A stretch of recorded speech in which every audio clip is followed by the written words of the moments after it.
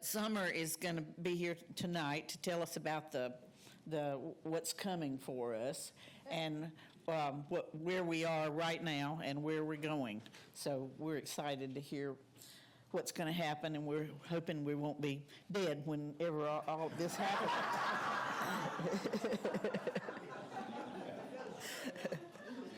So I'm going to turn it over to Summer. Before I really get into the project, I wanted to kind of start with a story, since much of what we're going to talk about tonight is going to be based on stories. So I grew up in upstate South Carolina, and in 5th grade, I had a remarkable teacher who wasn't really like other teachers. She had a clawfoot bathtub in her classroom, for example, full of pillows. She was not very warm and fuzzy to her 5th grade class. She treated us like adults. On the first day of school, she gave us a project description, and it was a big project. It was unlike anything my 5th grade mind had ever really understood how I was going to get this done. She told us it was due at the end of the year, and that was it. There were no other instructions. There was no timeline. There was no, this is how we're going to do it in small sections, no lesson plans, just this is what you're going to do. So I was the first child to raise my hand, and I said, but how do we complete a project this big? And she looked at me very matter-of-factly, and she said, the same way you complete any project, you have a vision and you work together. So that year, as we worked independently on this project that none of us could really wrap our heads around, she would tell stories about her childhood. Many of them were railroad stories. The one that stuck with me is this. She told the story of when she was young, she would hear a train on the railroad track, and as soon as she heard it, her and her siblings would grab their baskets and they would run to the tracks and they would pick up any coal that they could find on the side of the tracks. And that was the coal that would then heat their homes all winter long. So I don't know why that story stayed with me, other than the fact that it humanized her. It was a glimpse of a teacher as a child, which, as you know, is very strange. You think of them as just being perpetual adults. But it wasn't just a glimpse of her as a child. It was her as a child in a very hard, cold world. And it made her seem very real to me. Now, fast forward several decades. And I'd moved my family to Saluda. My child was at Saluda Elementary School. And one day I was volunteering there when they brought in a guest speaker to talk about the history of Saluda. And in walks my 5th grade teacher, Miss Pearlie Mae Harris. Oh, nice. That was the moment I realized I had moved to the town that she grew up in. The tracks that she told us about as kids, they were these tracks. The town in her stories was this town. Just a couple of weeks ago, I sat down with Miss Harris again, right here on this bench in the depot, a few days after her 90th birthday, a date that we both share. We have the same birthday. And I was interviewing her for the Saluda Grade Trail video project in my new role as the trail manager. And you better believe I asked her the same question I asked when I was 10 years old. Miss Harris, how am I going to complete a project this big?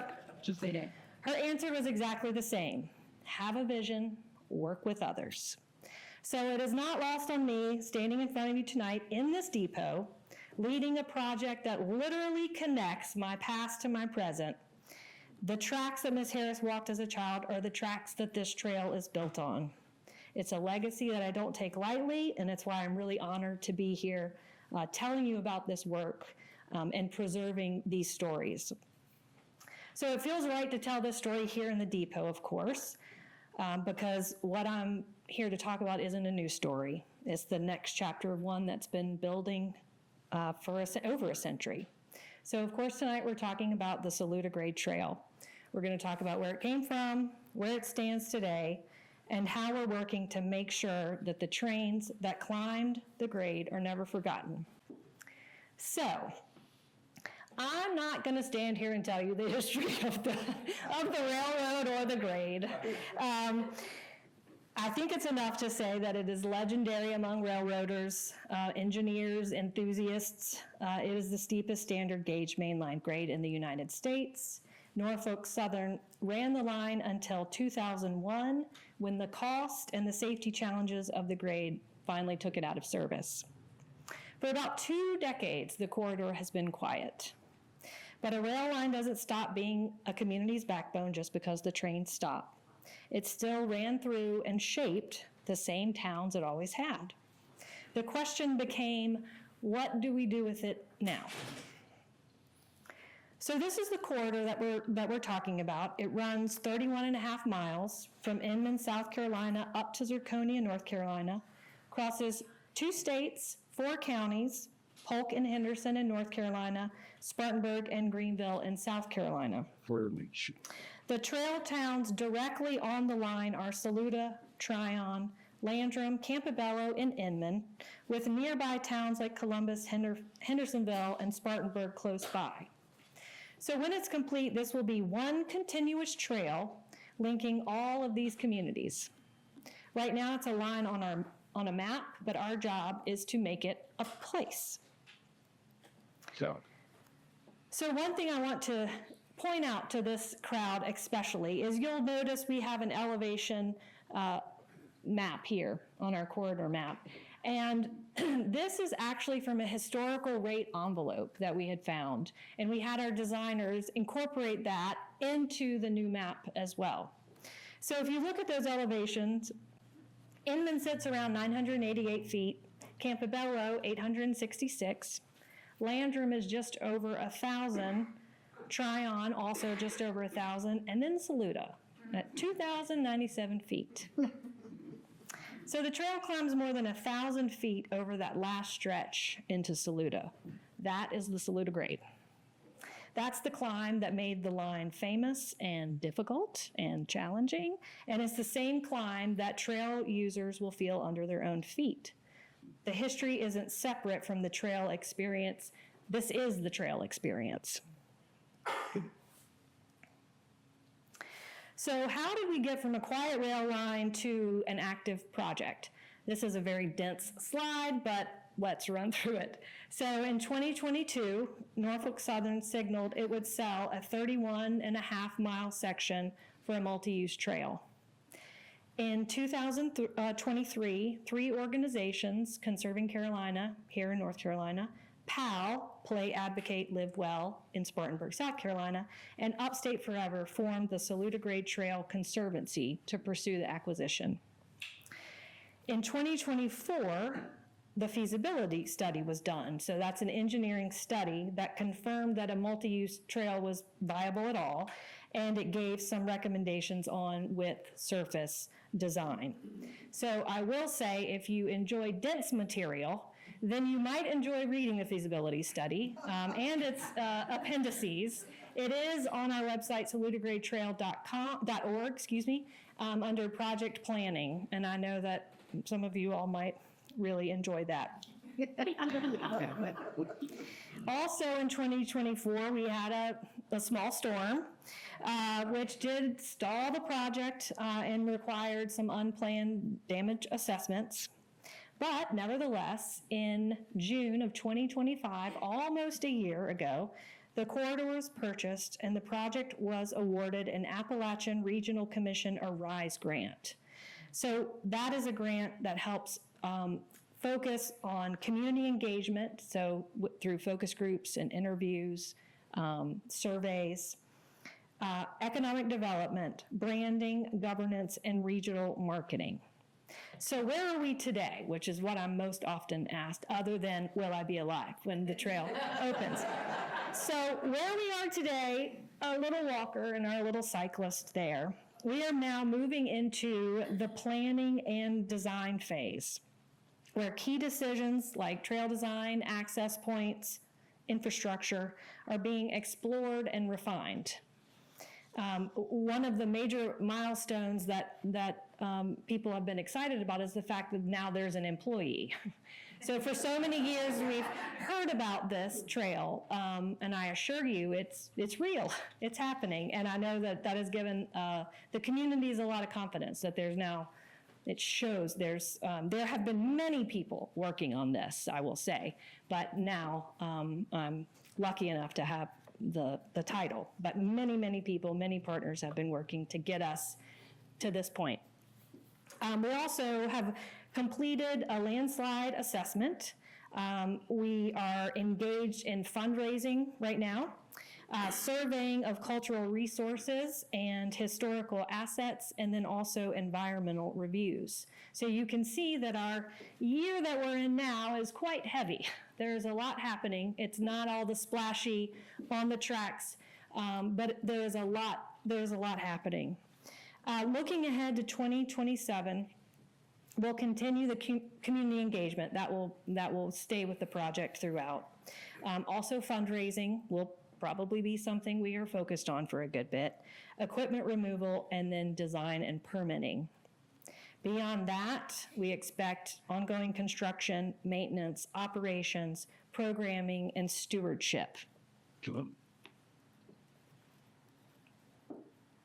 Good. So beyond the physical trail, there's planning for how the trail will serve the region. It's not as simple as putting a trail down. So with that grant that I mentioned from ARC, Appalachian Regional Commission, a project team spent 9 months on community engagement. So many of you might have participated in the surveys, the focus groups, roundtables. We had over 1,000 survey responses from across the corridors, the communities in the corridor, 7 roundtables, 5 corridor town visits, and a 14-member advisory group that I was able to be a part of, made up of South Carolina and North Carolina stakeholders. So out of that, all of that engagement work came 3 guiding plans that form a regional roadmap.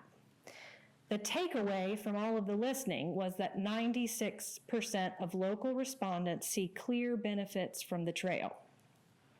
But that's not as easy either. From that engagement, we learned that there are certain things that matter more to the communities than other things. So we learned what matters most. What rose to the top was really striking. People want safe recreation, safe transportation, protected natural areas, better health, regional connection, and stronger local economies. You can see the full list on the screen, but the takeaway is that the priorities people named are all about everyday life in this region. In fact, most respondents described this trail not as a destination, not concerned with it being a destination, but as an extension of our daily lives. So a morning walk, a place to meet a neighbor, a quiet hour outdoors. That is how people wanted this trail to function in the community. So some other top themes: protect community's character. In other words, everyone wanted their town to stay unique. You can tell from these towns, none of these are the same, right? We can go to each of these towns and they each have a different feel and a different flavor. There was a desire to protect that identity, that uniqueness to each town. Right-sized growth, local first business, those can be certainly connected. Safety, communication and coordination, desire for visible progress, and capture heritage and identity. That didn't come up just once or twice. It came up everywhere in the surveys. The railroad showed up by name in those conversations. And then also environmental priorities. So at the public forums, in the listening sessions, in interviews, surveys, and focus groups, thousands of voices, hours of conversation and analysis, and some poignant advice from Ms. Harris also told us that we need to have a collective community vision to ensure we're working towards a shared goal. So, the collective vision for the Saluda Grade Trail, based on community input, is as follows. The Saluda Grade Trail connects the past and possibilities in one continuous shared landscape, linking culture and nature, commerce and conservation, health and community. So from this vision, you can see that it's more than a recreational corridor. It's a project that expands the benefits of the outdoor economy across the full corridor while honoring the community values and protecting the cultural, historical, and natural resources that make the place worth coming to, that make us want to raise families here. So the community engagement work sparked a single regional direction that built 3 plans, and they're all designed to work together. So quickly, the 3 plans, each has a 1-page summary. So if you were at the Public Spring Forum a few weeks ago at Polk High, this is what was talked about. You may have gotten a copy. You can also access these 1-page summaries at saludagradetrail.org as well.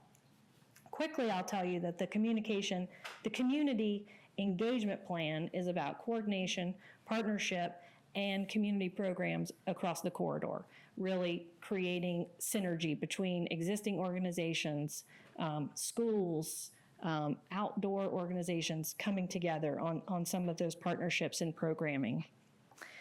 The economic development plan managed local first growth is what that focuses on, because that's what we heard that the community wants.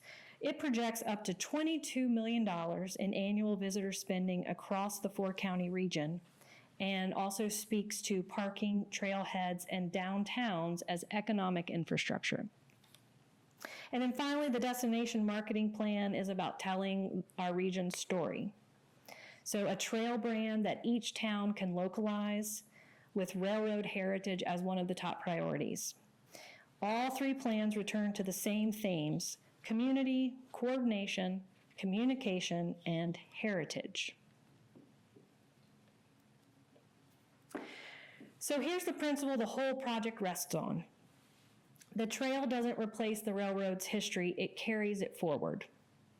Our destination marketing plan says this directly. Railroad history is central to this trail, and it should be anchored in permanent physical markers. So that is not going to be an afterthought in our planning. It's written into how we intend to tell this corridor story. So we aren't just building a path, we're reclaiming what we consider to be a shared legacy. So that sounds great, but how do we do it? Here's how we're going to use a simple cycle for this. Collect, map, share, and engage. So collect obviously means gathering stories from the people who hold them. Local historians, longtime residents, museums like this one. Historic Saluda is another one that we've certainly leaned on. We are already working with Polk County schools on an oral history project that will be student-led and give multi-generational opportunities for youth to capture the stories in a video project that is all their own. It's not theoretical, it's already starting, and those students are about to become the next generation of people who hold the stories of the railroad. Map means placing those stories back on the trail where they happened. So through historic markers, QR codes, digital companion guides that you can pull up on your phone right where you're standing on the tracks. Share is about letting people experience that history at their own pace as they move through the corridor. And then engage is about bringing communities together around it. So the Depot Museum is exactly the kind of partner we need at the table for this, and luckily they have been at the table for this. They hold these stories, many of these stories, and their work is going to live inside this project, not just next to it. It's an embedded partner. What's it in? So another way that we're going to do this preservation work is already underway. So the project team, as well as municipal partners along the corridor, are surveying the corridor, documenting notable railroad relics to be examined and or preserved alongside natural hazards that need to be managed. So it's all being mapped in a GIS web app, so you can see screenshots of that here. So our team can track and find every one of those markers. It sounds a little more glamorous than it is. especially recently. There's a lot of briars and some friendly dogs, some not so friendly dogs, friendly cows, you get all sorts. There's also a formal cultural resource survey running as part of the project as well. So the point is, before we design, and certainly before we construct, we know what historic material is there and what deserves protection and preservation. So preservation is built into the process. It's not going to be something we think about after. So one of the ways this is going to get done is through trail segments. This is really where the work is happening right now. So on the ground, literally, the green segment is most of the South Carolina portion up through Landrum. It is an active engineering phase. You knew. South Carolina has $6 million secured for the design of 15.5 miles, plus a first phase of construction, and electrical equipment removal is already underway. The two highlighted segments on the North Carolina end are where we are seeking grant funding right now. So that is Saluda to Bell Park in yellow there, and Tryon to Landrum in blue. So we do expect a grant decision on these, what we're considering our priority segments on the North Carolina side, later this summer. The dollars matter because they translate into actual ground we can walk on. So that's how we're going to get it on the ground before we do. So again, just state by state, because I think this is helpful. It is a big project, multi-state, multi-jurisdictional. So just to put the numbers very clearly, North Carolina, it's funded through the North Carolina General Assembly. Ownership will transfer to North Carolina State Parks in the future. Our landslide assessment is complete, and we are pursuing funding for those segments that I mentioned. South Carolina, they are funded through the South Carolina General Assembly appropriations and a grant from the South Carolina Conservation Bank, and Spartanburg County will lead their stewardship going forward. They have $6 million secured for design of 15.5 miles, plus that first phase construction, and as I mentioned, they have some equipment removal underway. So in both states, there are environmental reviews and rail removal planning is in progress. So different paces, one corridor, exactly as planned. Thank goodness. So one principle that I just want to be really clear about is that the project partners are building the trail, but what happens trail side in each town is really being driven by that town. So we are not arriving with a one-size-fits-all plan and imposing it. We're working with the cities and we're working with the communities. So we're considering our plan to be like a connective tissue, but not the author of everything. The towns are the real authors. So it's about local flavor and regional identity, and who knows that best but the communities themselves. So some communities will move fast, some will take their time, and that's by design. Everyone's kind of starting at a different place. So the corridor should feel coherent end to end, but Saluda, for example, should still feel like Saluda. If you're interested in trailside planning, I don't know how many of you are from outside of Saluda. I see a lot of you are from Saluda. If you're interested in that, then I encourage you to get involved locally, because that's really where those conversations are happening now through elected officials and those bodies. So with that, let's look at Saluda's master plan. So it brings me home to Saluda. Again, this is not anything that Conserving Carolina, or we've worked in partnership, but this is a City of Saluda plan. It already has this downtown master plan showing how the trail will connect to the town. So you can see that the trail corridor, it's a little hard to see there, but is running right through downtown along Main Street. The plan puts trailside parking out 176, more trailside parking in the Triangle area, and McCreary Park anchoring the center as a natural gathering space, or as Scott Carday likes to call it, the living room of Saluda. He's trademarked that, by the way. We can't use it.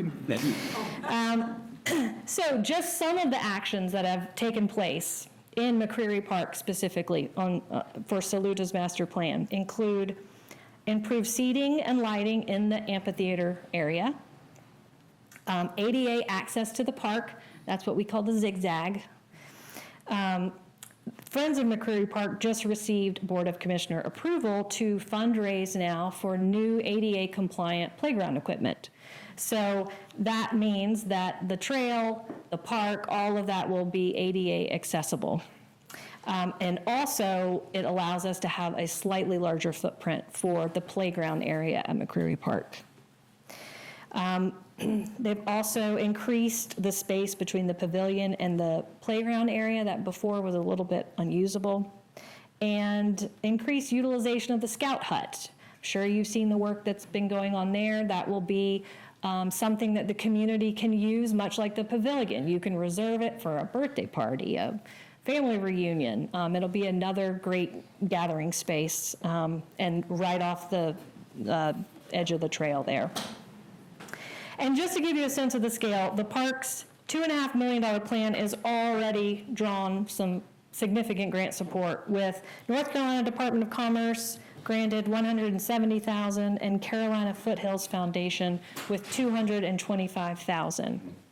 So this is exactly what I described earlier. It's the town leading its own trailside vision: parking, access, gathering spaces, with the trail project as a partner. Saluda isn't waiting to be told what its piece looks like. It's already drawing it. And those of us who know Steve Orr know he's not going to wait to be told how it's going to look, right? He and the commissioners will get ahead of that. So the map is a little difficult to see up here, but it is also available in City Hall, right when you walk in on that left side. It's much bigger rendering, and it's a little easier to see. So if you're interested in that, I also suspect it will go on the website soon, as it's also been approved by North Carolina State Parks. So it has become a little more official, and you'll probably start seeing it in more places around town.